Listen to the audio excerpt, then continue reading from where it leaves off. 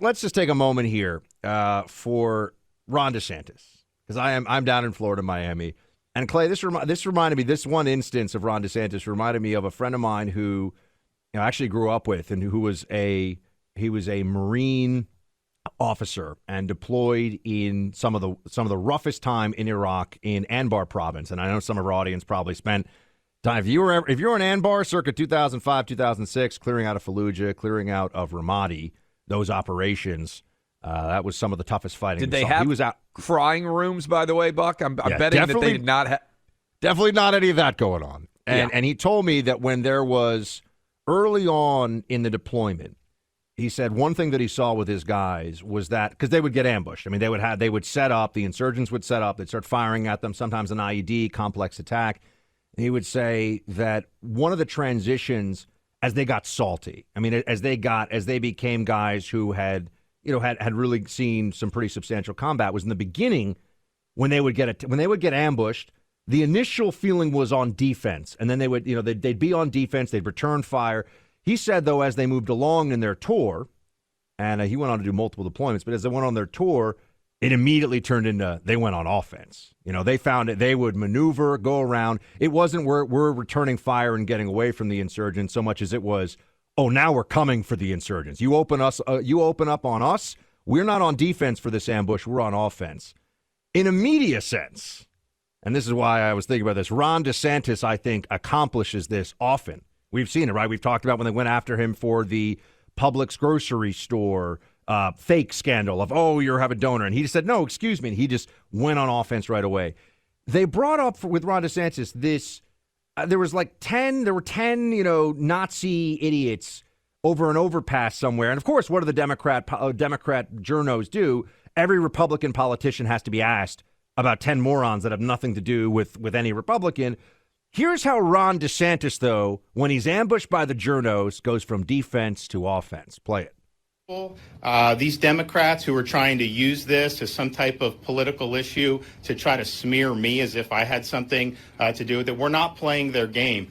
Some jackasses, doing this on the street. First of all, state law enforcement is going to hold them accountable because they were doing stuff on the overpass. So they're absolutely going to do that, and they should do that. But I'm not going to have people try to smear me that belong to a political party that has elevated anti-Semites to the halls of Congress like Ilhan Omar, that have played footsie with the BDS movement, that even have people in their party that have cavorted with Farrakhan. No, we're going to take our record in Florida and what we've done, sign the strongest anti-Semitism bill in the country. Defense to offense, Clay. That's how it's got to be done. I feel like this is like a clinic for every Republican politician in the country. Also, we have to stop the stupidity of asking people to denounce things that you clearly are against.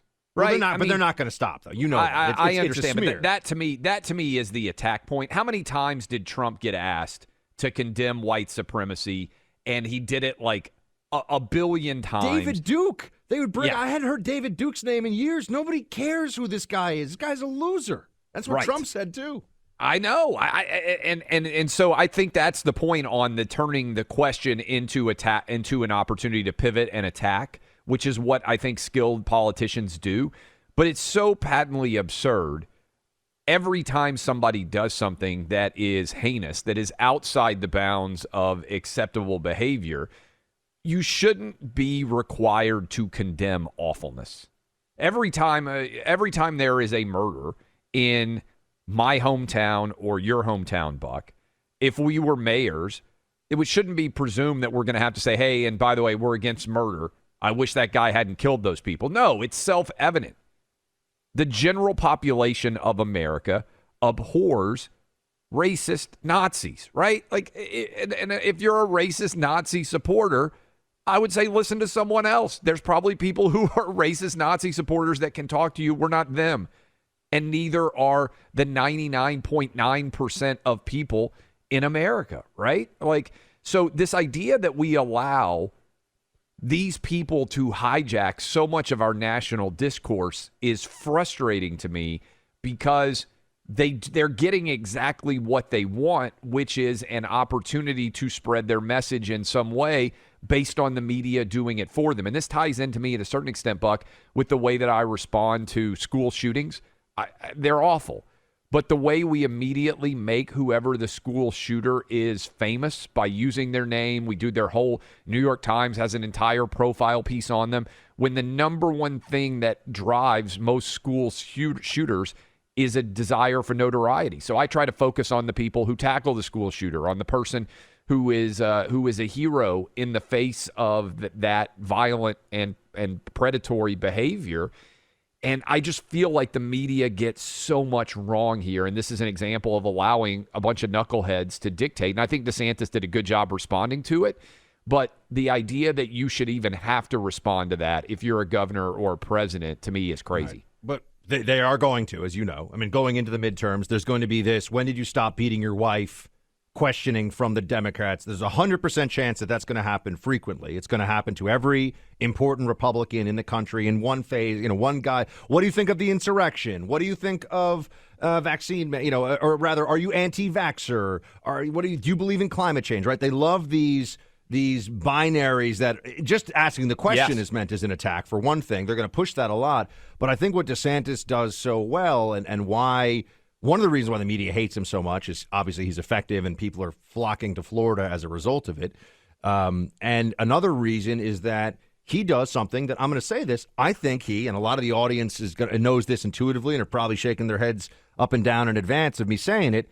This is something that Trump brought to the table, folks. Yep. This is what Trump did that was almost revolutionary for a lot of Republicans out there, a lot of people that have been on the right and conservatives for their whole lives. All of a sudden, you had a guy, the Bush response to getting ambushed by the press was generally, I don't think that's fair, and that's not really accurate. Trump's response was, "You're a joke. Why even pushing that question on me? What do you think this is? Why are you fake news?" Right? He went defense to offense right away every time, and I just think that needs to be, as we're getting into this midterm election year, Clay, that just needs to be the standard, that do not allow them, the other side, to construct the bounds of the boundaries of the conversation. Do not allow the left to do the whole, oh, well, you're a Trump supporter, therefore you must be an insurrectionist. I mean, you can't let that stuff lie out there, because we're fighting over, the difference between a sane and insane government right now is what? 2% of the electorate? 1% of the electorate? That's really what it comes down to. There's no doubt. And it's why 2022 is and needs to be an absolute shellacking, an absolute destruction. And I think we're headed that way. USA Today and Suffolk. We were just talking about Ron DeSantis in the state of Florida. Had a great event recently down in Fort Myers. Huge number of you who listen on a daily basis in the great state of Florida. We appreciate you. Joe Biden's overall approval rating in the state of Florida right now, Buck, 39%. His approval rating on COVID, 45%. His approval rating on the economy overall, 36%. And then the USA Today, I thought, did an interesting analysis of the overall approval ratings of top politicians in the state. Ron DeSantis has a plus 10, 52 to 42. It's important to remember he only won by like 30,000 votes in the state of Florida. So a plus 10 there. Marco Rubio, who is up for re-election, has a plus 5 rating. Donald Trump has a minus 6 approval rating. Ron DeSantis, 10 points higher approval rating in the state of Florida. Joe Biden, minus 11 approval rating. And remember, Florida used to be, I don't think it is any longer, a toss-up state. Kamala Harris, 34% approval rating, and Hillary Clinton, 34% approval rating. Now, that is interesting. Right now, DeSantis is up big in his potential re-election race. Rubio is up big in his Senate race. But what I thought jumped out to me the most here was if Ron DeSantis was running against Joe Biden in Florida in 2024, he would win by 8 points.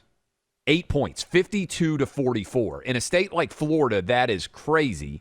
And then if Hillary Clinton were running against Joe Biden in a primary, Hillary Clinton in 2024 would beat Joe Biden straight up. Is it possible that Hillary could come off the bench, Buck, and actually take on Biden even if he's running for re-election.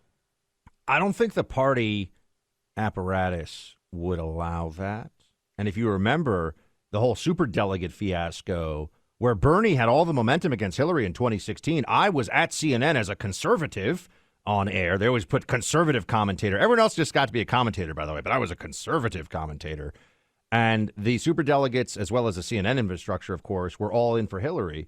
So there is an establishment of the Democrat Party and the DNC that I think would probably not go along with that, Clay. But to your question, though, if they decided that that was the only way there could be victory, well, then that's a whole other ballgame right now. But, I mean, would you ever do that? The power of incumbency, as you and I both know, and everyone listening to this knows, is really, really extreme. I mean, it's very hard to beat an incumbent president. I know we just went through this, but it was a once-in-a-century pandemic, and they did all kinds of shady things to get there.